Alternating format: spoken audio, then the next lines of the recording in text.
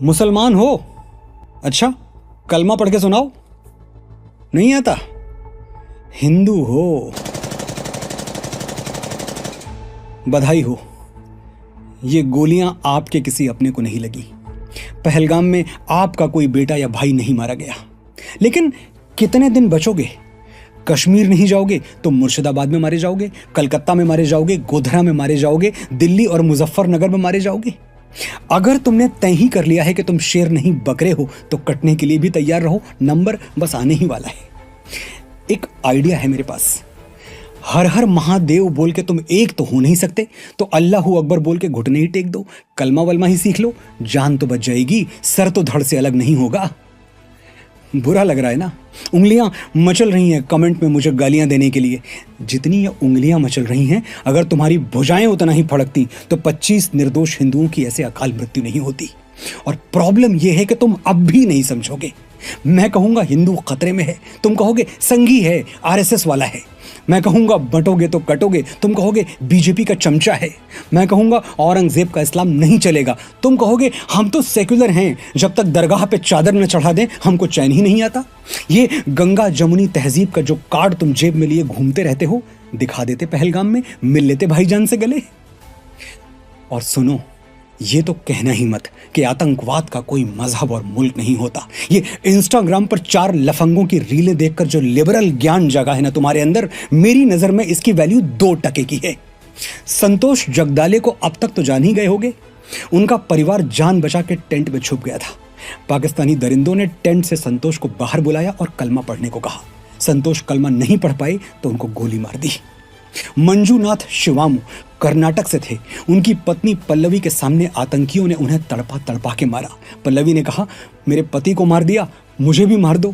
जवाब मिला, तुम्हें नहीं मारेंगे, just go and tell Modi. Yes we will tell Modi. प्रधानमंत्री किसी राष्ट्र के लिए पिता स्वरूप होता है। 100 करोड़ हिंदुओं के लिए पिता की जगह पर आप हैं मोदी जी। आपके बच्चों का खून बहा है, आपके घर की बेटियां विधवा हुई हैं, आपके दरवाजे पर मौत का मातम है, आपकी माओ ने अपनी गोद के फूल खोए हैं। आप लेंगे हमारा प्रतिशोध, आपको लेना ही होगा। और इस बार मुठभेड़ में 4 केचुए मार के हमारा प्रतिशोध पूरा नहीं होगा। हमें पाकिस्तानी सेना के कटे हुए सर चाहिए। हमारी प्रॉब्लम आतंकवाद नहीं, पाकिस्तान की आर्मी है। एक्टिवेट कीजिए लाइन ऑफ कंट्रोल, घुस जाइए पीओके में और बता दीजिए बाप कौन है। इतना सा देश है इजराइल, इतना सा। मैप पे भी जूम करके देखना पड़ता है। होलोकॉस्ट के बचे हुए 4 यहूदियों ने अपनी अस्मिता के लिए गाजा पट्टी को शमशान कर दिया। 15 लाख भारतीय सेना के जवान अपने आत्मसम्मान के लिए क्या इतना भी नहीं कर सकते? हफ्ते में एक दिन भूखा सोने वाला गरीब भारत 1965 में लाहौर तक घुस गया था। आज तो हम दुनिया का 4था सबसे बड़ा मिलिट्री पावर हैं। आज अगर आपके होते हम चुप रह गए तो आने वाली पीढ़ियों को क्या मुंह दिखाएंगे? क्या कहेंगे कि हमारे पास अर्जुन जैसा पिता था, फिर भी हम अभिमन्यु की तरफ मारे गए। इतिहास सड़ी गली लाशें नहीं, विजय के ध्वज गिनता है मोदी जी। जो लंका नहीं जला सकता वो हनुमान नहीं है, जो रावण का वध नहीं कर सकता वो मेरा राम नहीं है। हमारी एक बेटी से हत्यारों ने कहा था, गो एंड टेल मोदी। नाम मात्र का भाईचारा है पर दिल में दूरी है। नाम मात्र का भाईचारा है पर दिल में दूरी है।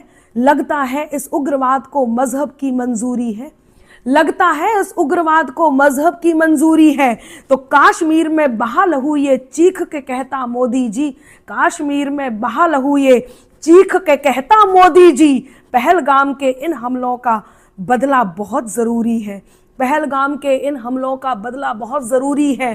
तो अब ये सारी बातें छोड़ो, सीधे तगड़ा वार करो। अब ये सारी बातें छोड़ो, सीधे तगड़ा वार करो।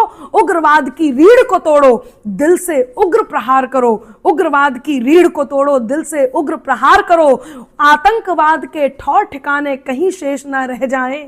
पूरा देश कह रहा है कि आतंकवाद के ठौर ठिकाने कहीं शेष ना रह जाएं। सेना के शेरों को बोलो, जाओ सीमा पार करो। सेना के शेरों से कह दो, जाओ सीमा पार करो। सेना के शेरों से कह दो, जाओ सीमा पार करो। नाम मात्र का भाईचारा है पर दिल में दूरी है। नाम मात्र का भाईचारा है